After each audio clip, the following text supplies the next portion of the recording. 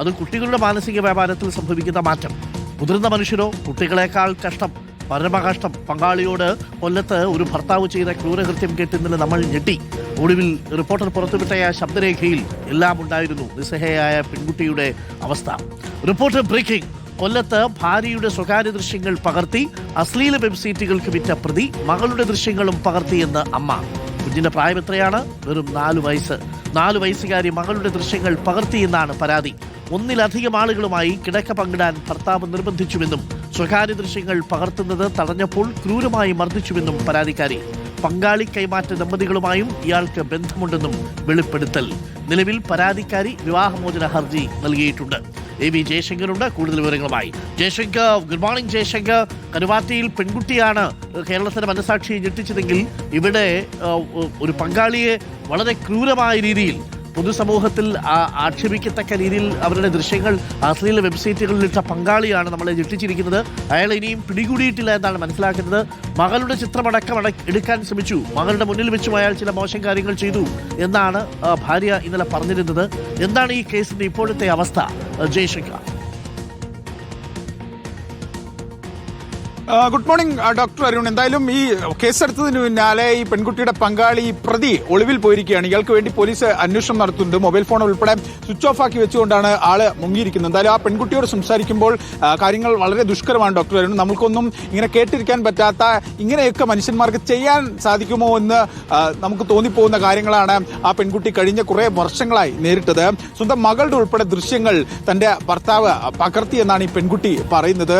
അത്തരം ദൃശ്യങ്ങൾ പകർത്തിയ അതിനെക്കുറിച്ചൊക്കെ തന്നെ ചോദിച്ചപ്പോൾ ഒരു കുറ്റബോധമില്ലാത്ത തലത്തിൽ പെരുമാറി താൻ അങ്ങനെയൊന്നും ചെയ്തിട്ടില്ല എന്ന മറുപടി ഉൾപ്പെടെ പറഞ്ഞു.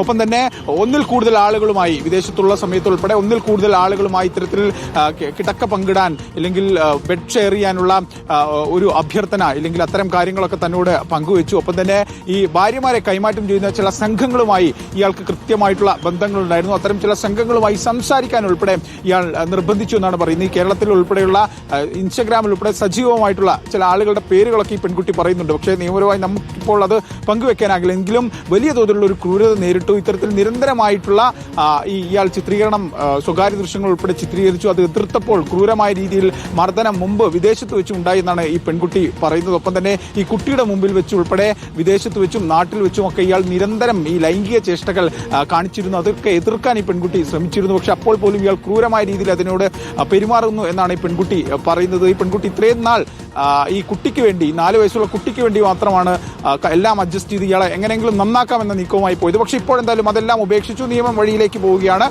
ഒപ്പം തന്നെ ഇയാൾ വിവാഹമോചനവുമായി ബന്ധപ്പെട്ട ഹർജി ഈ പെൺകുട്ടി ഇതിനോടകം തന്നെ നൽകാനുള്ള ധാരണയിലെത്തിയിട്ടുണ്ട്. അത് കോടതിയിൽ സമർപ്പിക്കപ്പോൾ വിവാഹമോചനം ഉൾപ്പെടെ നിയമ നടപടികളും ഒപ്പം ക്രിമിനൽ കേസുമായി ഈ പെൺകുട്ടി മുന്നോട്ട് പോവുകയാണ്. ഒപ്പം തന്നെ ഡോക്ടർ അരുൺ, ഈ വിഷയത്തിൽ പോക്സോ ഉൾപ്പെടെയുള്ള വകുപ്പുകൾ ചുമത്തുന്ന കാര്യത്തിൽ പോലീസ് നിലവിൽ വിശദമായ പരിശോധന നടത്തുകയാണ്. കാരണം ഈ പെൺകുട്ടിയുടെ മൊഴി അതീവ ഗൗരവകരമാണ്.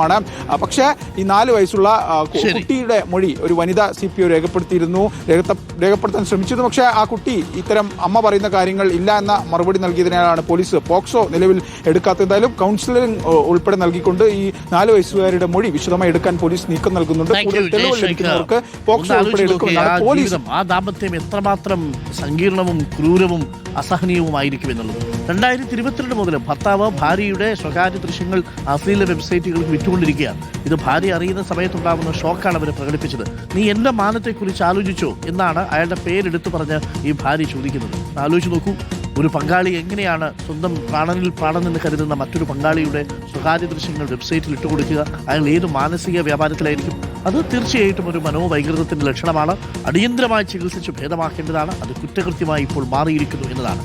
നമ്മളുടെയും ഒക്കെ ചുറ്റുപാടും ഇങ്ങനെയുള്ള മനുഷ്യരുണ്ട്. ഒന്ന് സൂക്ഷിക്കുന്നത് നല്ലതാണ്.